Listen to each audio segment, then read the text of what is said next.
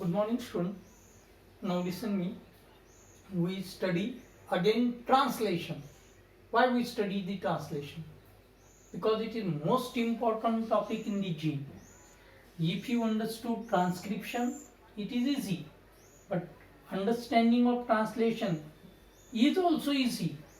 But it is the base of mutation, gene regulation. It is the base of mutation and gene regulation. जर तुम्हाला translation ही प्रक्रिया समजली तरच तुम्ही पाया घालू शकता म्युटेशन नावाच्या प्रक्रियेला समजून घेण्याचा. जर तुम्हाला ट्रान्सलेशन समजली तरच तुम्ही जीन वागतो कसा, म्हणजे एका डीएनएचा फ्रॅगमेंट कसा बिहेव करतो, त्याच्यामुळे एक्सप्रेशन कसे होतात, म्हणजे कोणताही गुणधर्म प्रदर्शित कसा होतो, किस तरीके से कोई भी कैरेक्टर अपने को एक्सप्रेस कर सकता है, ये हम पढ़ेंगे. इसलिए आपको ये मालूमात होना जरूरी है.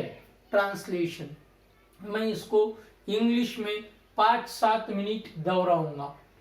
अगर इसको दोहराने के लिए थोड़ा वक्त लग गया तो चलेगा, मगर मेरे को ये बेस चाहिए इसलिए इसको दोहरा रहा हूँ.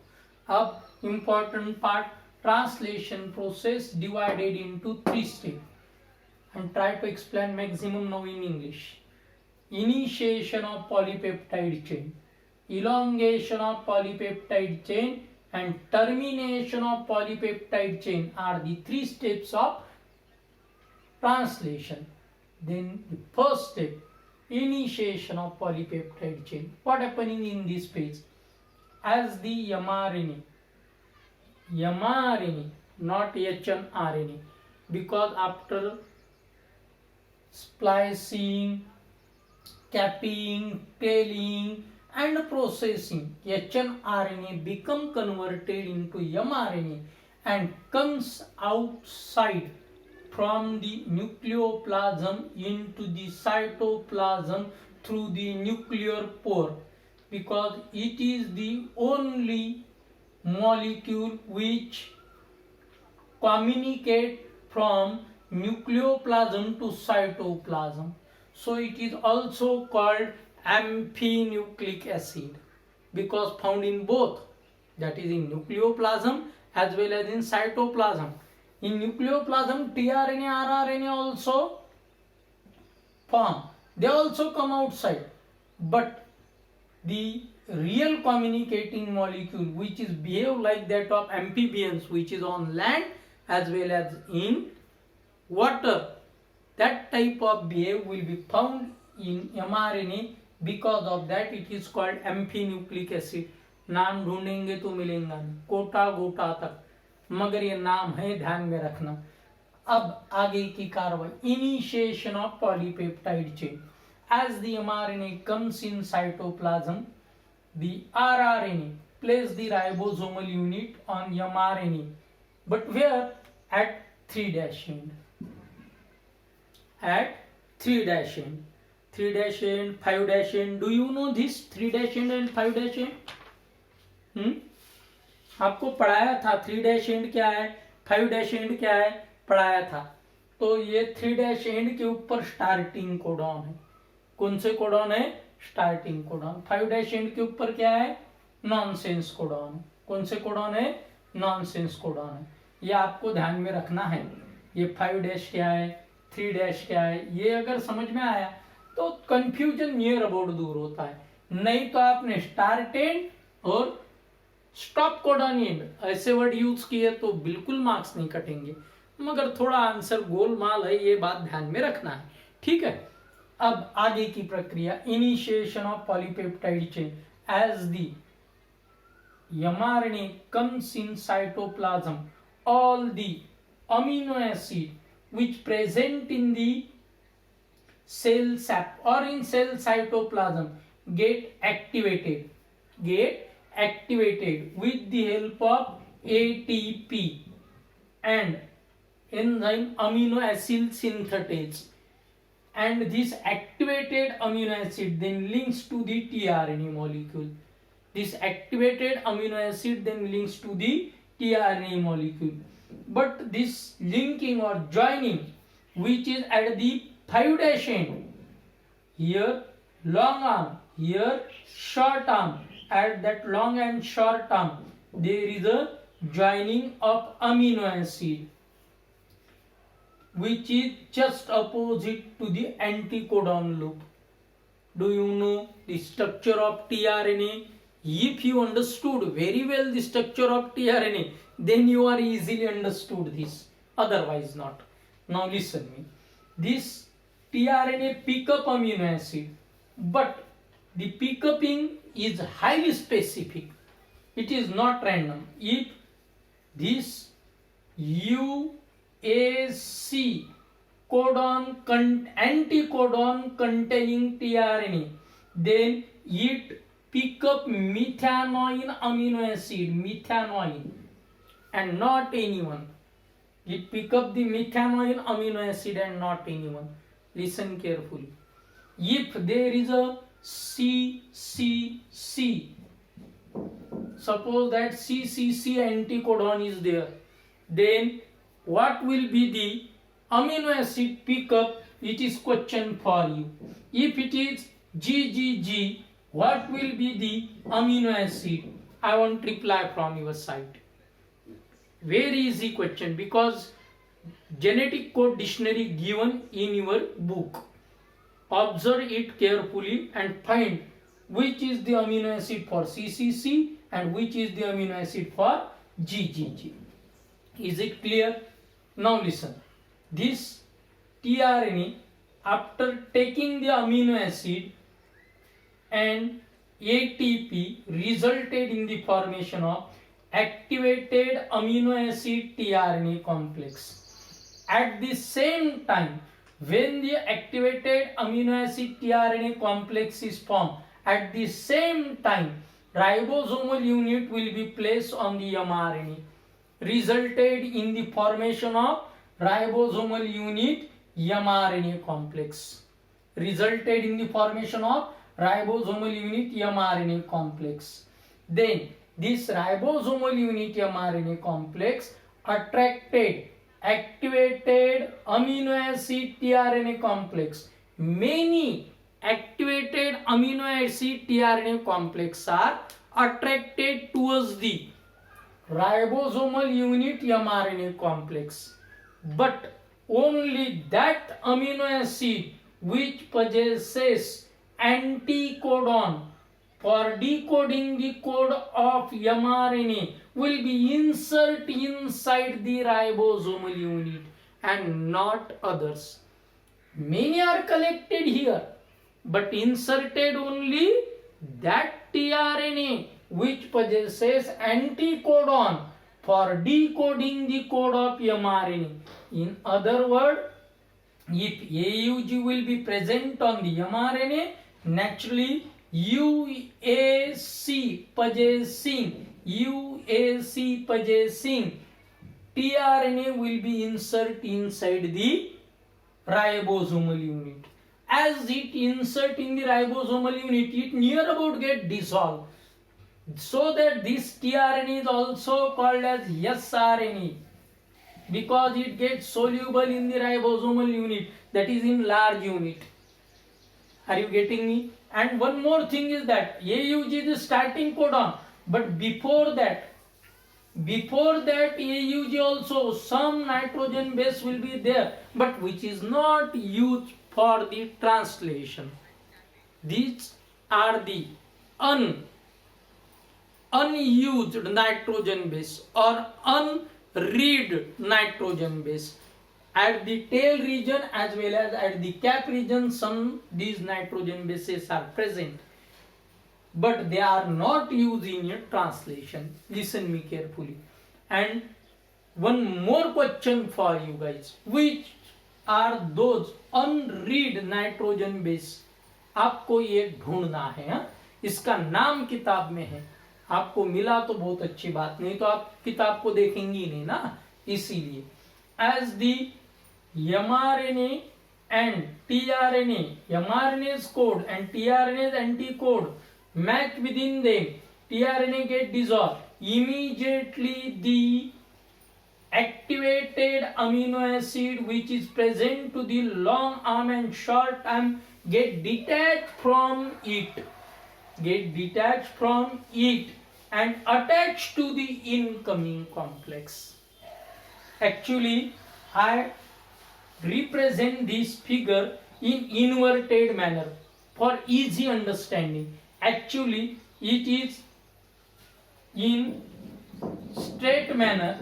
This amino acid present on the upper side in this manner, one by one tRNA comes and which decoded the code of mRNA. उलटे असतात रे बाबा हे असं दाखवलेले.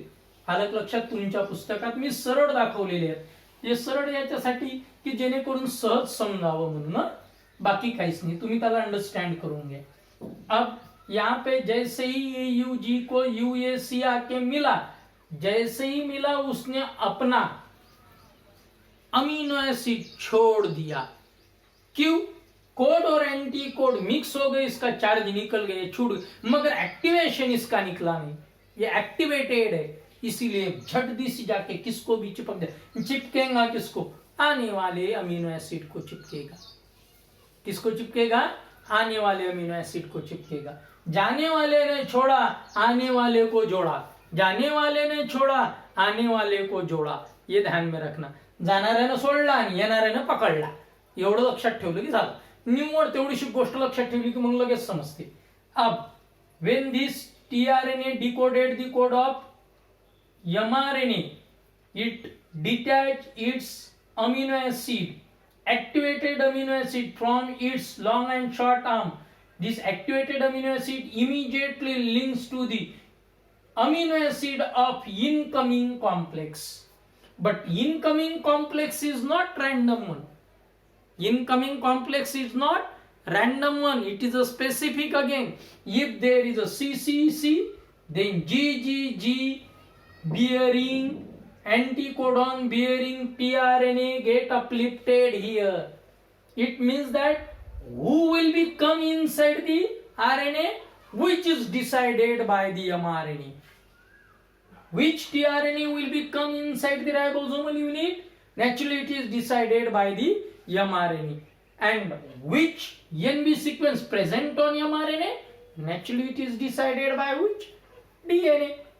Because if on the DNA there is a CCC, what happening? On the mRNA there is a GGG.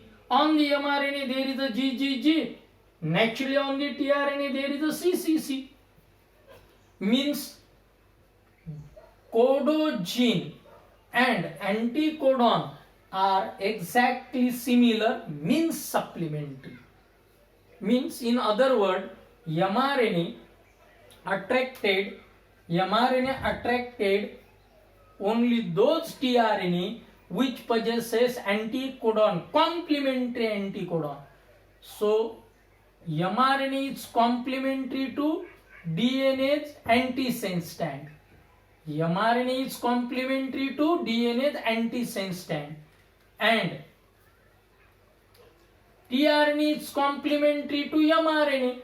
So DNA stand is supplementary to the anticodon of tRNA. Are you getting me? हा याच्या उलटा आहे, mRNA च्या उलटा DNA. उलट म्हणून आपण DNA च्या उलटा mRNA आणि mRNA च्या उलटा tRNA, म्हणून DNA च्या सुलटा tRNA. सारखा सारखा हिशोब आहे, कन्फ्युजन नाही. DNA च्या उलटा mRNA आणि mRNA च्या उलटा tRNA, म्हणून DNA च्या सुलटा tRNA. इतका साधा, कारण फक्त मीडिएटरनं असं उलट्याचं उलट करून दिलं, बस एवढंच. क्लिअर झालं का? Then as the decoding takes place, the amino acid links to the incoming complex amino acid, and as the amino acid links by polypeptide bond, polypeptide chain get begins. Then this ribosomal unit gradually moves towards the 5' end. In other word, gradually moves towards the nonsense codon. In other word, gradually moves towards the stop codon, gradually moves towards the ending codon. फिर भी भाषा बोल दीजिए. एक ने एक बोल दी तो दूसरे ने दूसरी लिखना, ठीक है। As the ribosomal unit migrate towards the 5' end or towards the nonsense codon, this migration is called translocation. Listen me, transcription, translation, transcription, translation and translocation. Listen me carefully. Now listen, as the mRNA decoded the code of tRNA, is it true? As the tRNA decoded the code of mRNA by anticodon, resulted in the formation of or initiation of polypeptide chain. And as the migration of ribosomal unit takes place one by one, polypeptide chain get elongated. When the magnesium ions are more and ATP are present, amino acid synthetase is present, then this process will be rapid. It means that outer environment also control the translation process in somewhat level. In what happening, as this migration takes place continuously, add the nonsense codon. There is a UAG UAA or UGA. Out of these three, any one nonsense codon will be there. As this ribosomal unit reach up to this nonsense codon, no tRNA will be comes here, but the outgoing tRNA detach its polypeptide chain. This detached polypeptide chain will be either liberated in the cell pool, or suppose that if this cell will be cut, will be linked here, because cell membrane is made from protein and lipid molecules. Do you know fluid mosaic model in which proteins are present? Extrinsic, intrinsic, tunnel protein and lipid bilayer, hydrophobic, hydrophilic. म्हणजे तेल आहे आणि तेलात protein पडेल आहे, आठवत असेल तो. तेल है माने तो लिपिड है, माने तो ऑयल है, और उस ऑयल में प्रोटीन तैर रहे हैं, कुछ डूबे है, कुछ बाहर है, कुछ आर पार है, ऐसी कंडीशन है. और वो तेल वाले प्रोटीन की इसमें ये जो प्लाज्मा मेम्ब्रेन कट गया था, समझो ब्लेड लग गया, उसके ऊपर ये ऐसे प्रोटीन डाल दिए, जोड़ दिए. अरे भाई सेल क्या कर दी, सेल जोड़ दी. अरे यही तो स्पेशलिटी है. क्या है? यही तो स्पेशलिटी है काय की, जोड़ देने की. मगर कैसी जोड़ी? जैसे सेल का मेम्ब्रेन बनाने का है वैसा. अगर ये सेल का मेम्ब्रेन, अब आपका पूरा लेक्चर के ऊपर जाएंगे टॉपिक, ये समझना बहुत जरूरी है. सेल का मेम्ब्रेन कट गया था ऊपर का, म्हणजे युवा लागला होता म्हणा, ब्लेड लागलं होतं म्हणा, काही बी पावशी लागली होती, लागल्याबरोबर वरची सेल कटली होती की नाही. मग कटली होती ते सेल, तर ते रिपेअर केली. कोण केली रिपेअर? डीएनएनं. त्याच्यानुसार की बुवा ते रिपेअर करून द्या, बरोबर तिथं तसं जोडून द्या.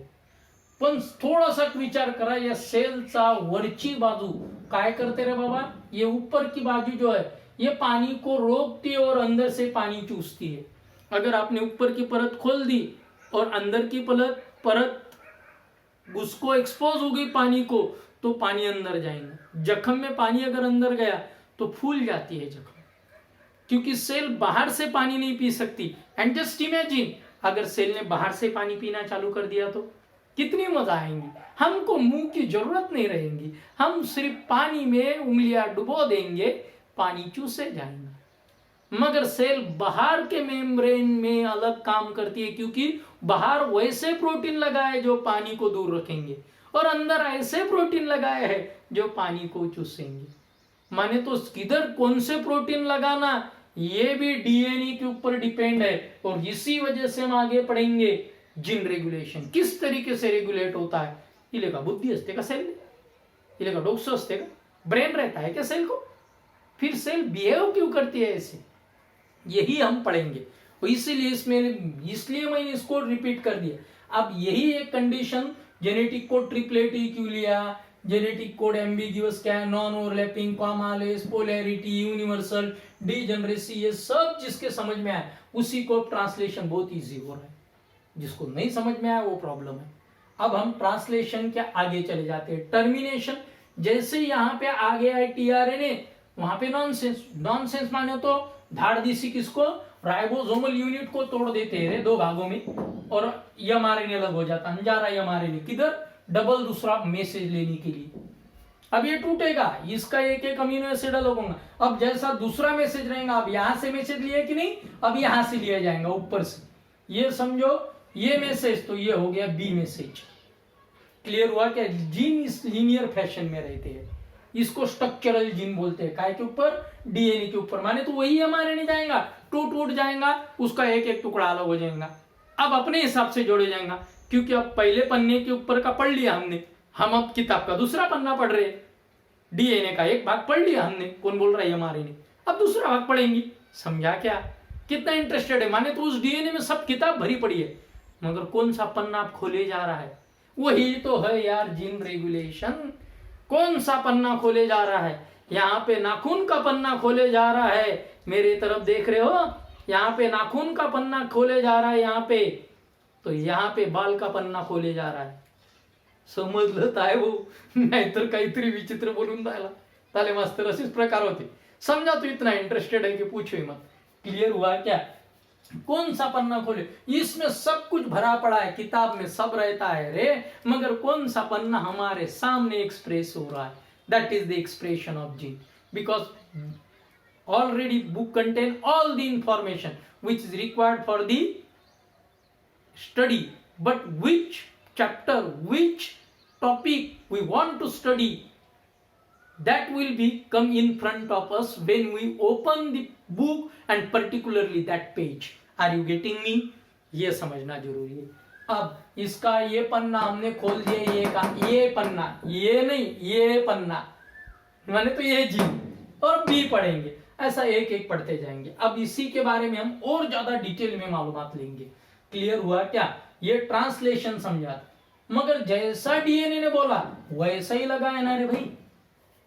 अब जरा इमेजिन कीजिए, अगर सेल में काले काले प्रोटीन ज्यादा लगाए गए तो मेरा कलर काला आएगा, क्योंकि एक सेल नहीं हजारों सेल में वैसे ही लगाए गए। इसीलिए अरे एक यूनिट समझ में आए, मैथ के इसमें आपने पढ़ा होगा ना रे, a to the power m into a to the power n is equal to a power m plus n। अब ये m क्या है? n के इंडाइसेस का एक लॉ है यार, यही लॉजिक में मैथ के लॉजिक के हिसाब से आपको बता रहा हूं, सिंप्लीफाई करके बताया सिर्फ। ये m n ये क्या है? ये यार एक नंबर है। आप जितने भी डेरिवेशन इंटीग्रेशन में अल्फाबेट लेते हैं वो एक नंबर है। इन नंबरों को मल्टीप्लाई करो, इन नंबरों को सॉल्व करो तो आपको चाहिए वो रिजल्ट मिलते हैं। जैसे इंडाइसेस में यहाँ पे हमने बेस लिया समझो 5, यहाँ पे भी बेस लिया 5, इसका लिया स्क्वायर, इसका लिया स्क्वायर, तो 5 का हो गया 2 + 2 = 4। 5 का समझ में आ रहा है क्या? यस और नो, ये एकदम सिंपल। ये मैंने जानबूझ के मैथ करके लगाया क्योंकि आपको लॉजिक लगाना है इसको। जिसने जिसने लॉजिक लगाया तब उसने ये खिचड़ी कीड़ा मकोड़ा समझ लिया, नहीं तो सब कीड़ा मकोड़ा है ब्लैक बोर्ड के ऊपर। कंसेप्ट क्लियर हुआ क्या? मैग्नीशियम आयन चाहिए उतने मिले, एटीपी मिले, टीआरएन अमीनो एसिड सिंथेटेज ये मिला, तब कभी जाके आगे होगा। अरे भाई नहीं तो होता नहीं। अब हम मुड़ेंगे काय के तरफ मालूम है क्या? म्यूटेशन के तरफ। काय के तरफ? म्यूटेशन के तरफ। अब मैं ट्रांसलेशन को यहां से रफ कर देता हूं, क्योंकि म्यूटेशन समझने के लिए वैसा ही एक सिंपल एग्जांपल आपको दे दूंगा, और म्यूटेशन समझने के बाद फिर हम चलेंगे काय के तरफ? जीन एक्सप्रेशन के तरफ। वो समझना बहुत जरूरी है। अगर जीन एक्सप्रेशन आपने समझ लिया तो आप समझ लीजिए कि बहुत कुछ आपने मालूमात कर ली है। ठीक है, इसीलिए कम से कम जीन एक्सप्रेशन समझने के लिए पहले सिंपल हम म्यूटेशन के तरफ बढ़ते हैं। काय के तरफ बढ़ते हैं? म्यूटेशन के तरफ। म्यूटेशन समझना बहुत जरूरी है। हाँ, हम एक सिंपल सेंटेंस लेते हैं। कौन सा? राम लिखेंगे ना भाई यहाँ पे राम। ये सीबीएसई के बुक में दिए वाला एग्जाम्पल है, आप इजीली इसको ले सकते हैं। राम हैज रेड कैप, लो ये सिंपल सेंटेंस को लेते हैं, राम हैज रेड कैप। तीन किया मैंने, ट्रिपलेट, क्या किया, ट्रिपलेट समझने के लिए, ठीक है। तीन की इसमें करवा लिया, इजीली आपको समझ में आए इस हिसाब से। तो अगर आपने इसमें एक म्यूटेशन, ये क्या है म्यूटेशन और म्यूटेशन क्या है, तो इसको पहले हम डिफाइन करेंगे। Sudden change in genetic material is called mutation. क्या नाम बोला, sudden change in genetic material is called mutation. अब ये डीएनए है, डीएनए के ऊपर सी जी जो कोई एक कोड है, ये व्हाट एवर मे बी, ठीक है, क्योंकि मैं अगर बहुत लंबा लिखते जाऊंगा तो मेरे को प्रॉब्लम आएगा, ठीक है। इसमें का अल्ट्रावायलेट रेज या गामा रेज ये आने के वजह से कभी कभी इस डीएनए के एक स्टैंड के ऊपर का क्या हो गया, एक नाइट्रोजन बेस धड़ दिशी टूट गया, क्योंकि जो एक्सरे गामा रेज है इनकी एनर्जी बहुत रहती है, ये धड़ दिशी एक नाइट्रोजन बेस को वहां से तोड़ देते हैं, दूसरी जगह जोड़ देते हैं, क्योंकि वो एक्टिवेटेड रहते हैं, जड़ दिशी इधर उधर क्या कर देते, लिंक हो जाते। अब अगर एक ऐड हो गया, किधर का टूट गया, ऊपर का टूट गया, अगर इधर सी था तो नीचे आएगा जी, मगर यहाँ पे सी था, फिर इधर रहेगा सी, इधर रहेगा टी, ठीक है, ये डीएनए का दूसरा है। अब ये टूट गया, यहाँ पे जुड़ गया, देखिए यहाँ पे पहले क्या था, सी, और इधर होगा फिर जी, तो ये सी टूट के इधर आके जुड़ गया। तो हम अब इसी बात को इसमें समझ लेते हैं। अगर मैंने इसमें क्या कर दिया, राम हैज रेड कैप, मेरे को बिग रेड कैप ऐसा लिखना है, क्या डालना है, बिग रेड कैप, मगर मैंने एक ही अल्फाबेट डाल दिया बी, एक अल्फाबेट डाल दिया तो क्या होगा मालूम है क्या, राम हैज ब्रे, और ये डी सी ये और पी एक अकेला अलग आ जाएगा, कोई मीनिंग नहीं आएगा, इसको मीनिंगलेस बनेगा सेंटेंस सिर्फ एक बी डालने से। इसको क्या बोलते हैं, एडिशन या इंसर्शन, बोलिए क्या बोलते हैं, इंसर्शन। एक नाइट्रोजन बेस इंसर्ट हुआ तो क्या हो गया, राम हैज रेड कैप का मीनिंग ही निकल गया, क्या हो गया, राम हैज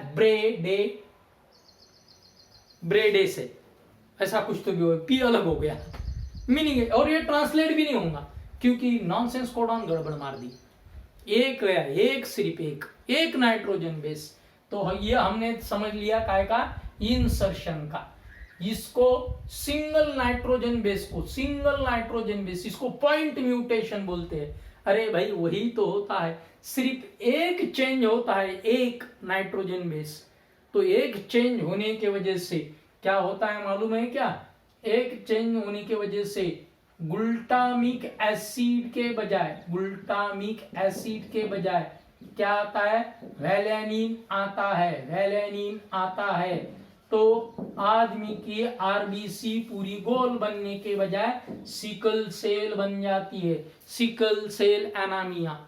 ये अगर मेरे साथ आपका नसीब अच्छा रहेगा, ट्रिप लेके जाने में मैं अगर समर्थ रहा, तो मैं आपको एनीमिया के कम से कम आपके पूरे 75 स्टूडेंट के क्लास में के 3 से 4 स्टूडेंट निकाल के बताऊंगा।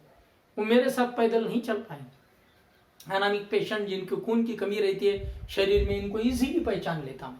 क्लियर हुआ क्या, क्योंकि वो प्रैक्टिकल है, ज्यादा एक्सरसाइज इनको दे दी कि ये कमजोर हो जाते। ये एक सिर्फ इमेजिन कीजिए, उस बेचारे की क्या गलती, लेन देन नहीं, मगर जब वो क्या कर रहा था, जब जायगोट बना था माँ के पेट में, और तभी एखादा एक्सरे या उसको पहचानने के लिए ज्यादा समय तक एक्सरे गामा रे उसके ऊपर गिर गए तो उसका एक नाइट्रोजन बेस इधर का उधर हो गया। इमेजिन कीजिए कितना खतरनाक कंडीशन है, इसीलिए ध्यान में रखना। तो उसका एनामिया हो गया, ना पिताजी को एनामिया माताजी को, मगर माताजी ने जब एक्चुअली बच्चा है, बेटा है कि बेटी है, या सही है कि नहीं है, ढंग से है कि नहीं, इसको चेक करने के लिए अगर इस टाइप का कोई अभी सोनोग्राफी टेक्निक यूज करते हैं उसमें प्रॉब्लम नहीं आता है, मगर उसका हाथ ही फ्रैक्चर हो गया, कोई गर्भवती महिला है उसका हाथ या पैर फ्रैक्चर हो गया, एक्सरे निकालना पड़ता है, और एक्सरे में इसीलिए एक्सरे इतना गड़बड़ वाला है। हो गया बेटा आगे के जनरेशन में उनका बच्चा जो जन्म लेगा उसको क्या रहेगा, एनामिया रहेगा, क्योंकि एक नाइट्रोजन बेस निकल गया। आगे का राम हैज रेड कैप नहीं, राम हैज ब्रेड, इसी अब हल कुछ बन गया, मीनिंग ही निकल गया उसका। क्लियर हुआ क्या? अब हम दूसरा डालते हैं, अगर एक और डाल दिया तो राम हैज, एक और बिग डाल रहा हूं मैं मगर अभी बी आई डाल दिया तो क्या होगा, बी आई बीर, इड सी एपी, इसका भी मीनिंग नहीं। अब अगर मेरे को बिग डालने का है तो फिर मैं इसमें ऐसा डालूंगा, Ram has big,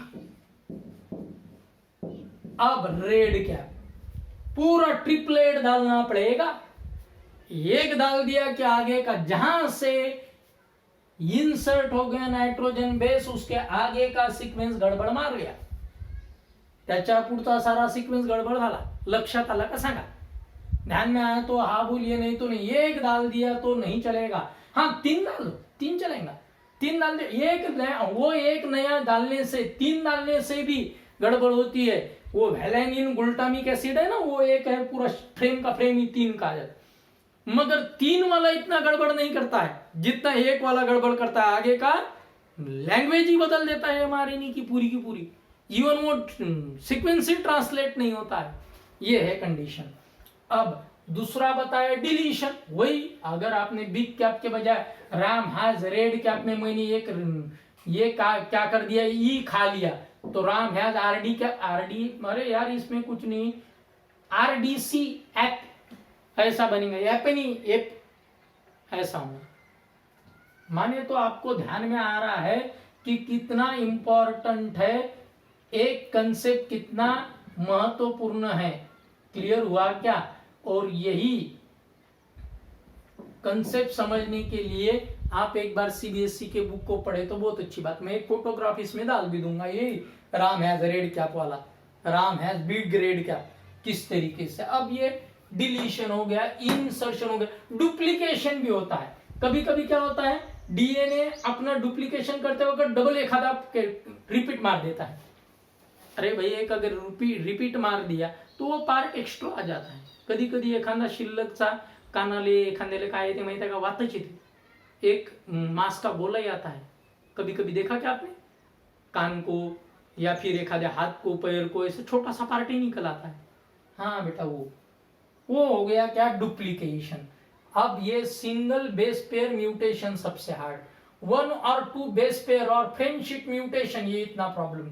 3NB change only 1 between the amino acid change, not alter the chromosome. एक अगर 3 के 3 का अगर उसमें डाल दिया तो पूरे क्रोमोसोम को अल्टर नहीं किया उन्होंने, मगर एक नाइट्रोजन बेस अगर गड़बड़ कर दिया तो पूरा क्रोमोसोम अल्टर कर दिए एक नाइट्रोजन बेस। म्हणजे एक घातक सिंगल एनबी, आप बोलेंगे कि 3 NB चेंज किए तो क्या होगा, ज्यादा हार्ड। 4 NB बहुत हार्ड नहीं रे भाई, 1 NB ज्यादा खतरनाक। 1 NB अगर आप बीच में का निकालेंगे, नाइट्रोजन बेस निकालेंगे तो ज्यादा खतरनाक। आप बोलेंगे 2 नहीं, इतना नहीं, 3 नहीं, वो तो सिर्फ एक अमीनो एसिड को चेंज करेगा पूरे की पूरा ट्रिपलेट, बिकॉज जेनेटिक कोड है ट्रिपलेट। अगर आपने एक ही डाल दिया या एक निकाल दिया तो पूरे आगे की वहां तक के सीक्वेंस बराबर चलेगा, उसके आगे का सीक्वेंस गड़बड़ होगा। आप मेरे बात को समझ पा रहे हो? अगर ये समझ लिया तो बहुत ही इजी कंडीशन है। अब आपने अमीनो एसिड चेंज और नो अल्टरेशन 3 अगर होते तो क्रोमोसोम में यहां तक मैंने आपको पढ़ा दिया, ये हो गया म्यूटेशन। क्या पढ़ाया मैंने आपको? म्यूटेशन। अब हम जीन रेगुलेशन पढ़ाएंगे। क्या पढ़ेंगे? Gene regulation. जीन रेगुलेशन अगर आपको पढ़ाने में मैं कामयाब हो गया तो बेटा आप मेरे को बहुत कुछ दे गए, ऐसा समझो। बहुत कुछ नहीं, आप मेरे को रात को 12 बजे उठ के क्वेश्चन पूछेंगे कि सर इज इट पॉसिबल। बहुत सारे क्वेश्चन के तो आंसर मैं भी नहीं दे पाऊंगा, क्योंकि जिनका सच्ची में बायोलॉजी के बारे में जिज्ञासा जागृत हो गई और उसको यहां तक समझ में आ गया, ये कंसेप्ट समझ में आ गया, तो लगे उतना होता। जरा सोचिए यार, हमने जिंदगी की शुरुआत कहां से की? मां के पेट में एक सेल। क्या आपको ये एक्सेप्टेड है? नाम है उसका जायगोट। अगर माइटोसिस से जायगोट के 1 के 2, 2 के 4, 4 के 8, 8 के 16, 16 के 32, अरे भाई लगे उतने सेल का एक गोला बन गया। सभी सेल सरीकी, एग्जैक्ट सरीकी, एग्जैक्ट सरीकी, हाँ या ना? फिर हम मां के पेट में गोला ही बनते थे, हाथ क्यों निकल आया उसको? क्या उस गोले को बीच में से लगा कि हाथ निकालना? लगा की किसने ऑर्डर दी? अरे याच्यामुळेच तर देवनुदिक जण काय म्हणत देव आहे हे सारं घडून आणते. देव नाही वो तो जीन है, भूत आहे काही जणांच्या म्हणण्यात. क्लियर झालं का? वो किस तरीके से, क्योंकि ये तो सभी सेल सरीकी होनी चाहिए, होने चाहिए कि नहीं, because mutation all the chromosome numbers are same and during the DNA replication DNA are exactly make its copy, then all cell must be similar. Why they differentiate? Why they differentiate into hand, leg, eyes, ear? Why organ differentiation takes place? That is a gene regulation. That is a gene expression. अगर इसको आप समझ पाए, मैंने पहले आपको बता दिया कि हमारे पूरे शरीर में हर सेल में वो डीएनए भरा पड़ा है, हर सेल में वो डीएनए भरा पड़ा है जिसमें सभी मालूमात है। सर फिर मेरे हाथ में यहाँ का जो डीएनए है, हाथ का लिया एक सेल, तो इसको आंख का डीएनए है क्या? हाँ है। फिर सर ये हाथ क्यों देखता नहीं, इसको क्यों नहीं आंख आती? शंकर जी के शरीर की यहाँ पे क्यों नहीं उगाती है आंख? क्यों नहीं? क्यों? वाई?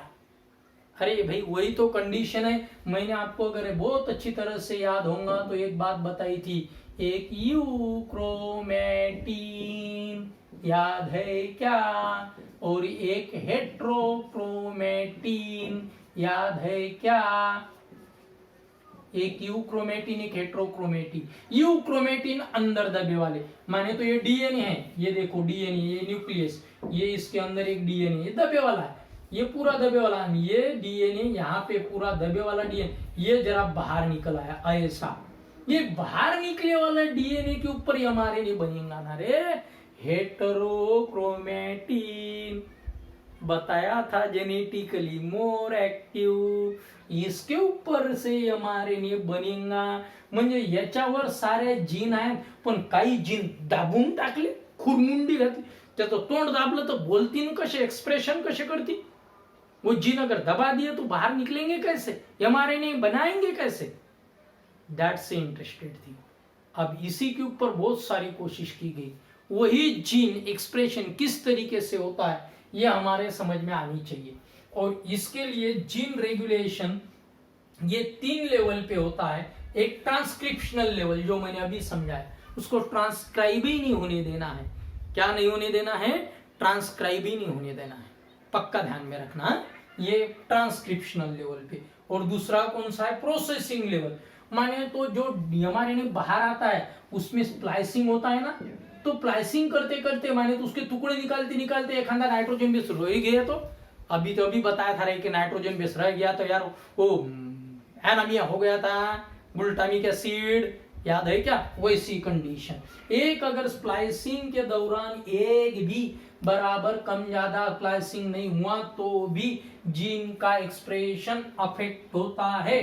अब ट्रांसपोर्टेशन ऑफ एमआरएनए फ्रॉम न्यूक्लियोप्लास्ट, आते आते ही एखादे न्यूक्लियस से बाहर आते आते न्यूक्लियर मेम्ब्रेन ने थोड़ा सा टुकड़ा तोड़ लिया, उसका टुकड़ा तोड़ लिया तो सांगा, पूरी माहिती आणली होती महत्वाची। Ram has red cap, big red cap, अलग लक्षात? त्यानं बिग हा शब्दच खाऊन घेतला. राम हॅज रेड कॅप, काय मिनिंग आहे त्याचं? राम हॅज रेड कॅप, काय अर्थ नहीं. म्हणजे जे बिग, जो एडजेक्टिव है, जो स्पेशलिटी उसको बतानी थी कि बिग रेड कैप है उसके पास, वो तो बिग खा ली. किसने खाया? न्यूक्लियस नहीं खाया, मीनिंग में निकल गया. वो एक कंडीशन है. उसको क्या बोलेंगे हम? प्रोसेसिंग लेवल के बाद transportation of mRNA from nucleolus to cytoplasm. हम ट्रांसलेशन लेवल के ऊपर भी एक और कंडीशन रहती है. जेनेटिक कोड है डीजेनरेसी. डीजेनरेसी माने तो एक ही अमीनो एसिड के लिए 2-2, 3-3 कोड यूज किए जाते हैं. वहां पे थर्ड नाइट्रोजन बेस एडजस्ट किए जाता है. इसको नाम दिया था हमने ओबल फेनोमेना. ये एडजस्टमेंट के लेवल के ऊपर भी होता है. और यही कंडीशन है माय डियर फ्रेंड्स, हम आगे यही पढ़ेंगे. कौन सा मालूम है क्या? जीन रेगुलेशन, खास करके चिरिचा कोलाई में लैक्टोज शुगर का किस तरीके से ऑपरेट होना. क्लियर हुआ क्या? और उसका नाम है लैक ऑपेरॉन कंसेप्ट. मेरे वीडियो को कम से कम 4 बार देखना, क्योंकि आज लेक्चर भी दिया है और बहुत महत्वपूर्ण समझाया है. 4 बार देखने के बाद फिर मैं लैक ऑपेरॉन पढ़ाऊंगा. ठीक है, आज के लिए काफी है.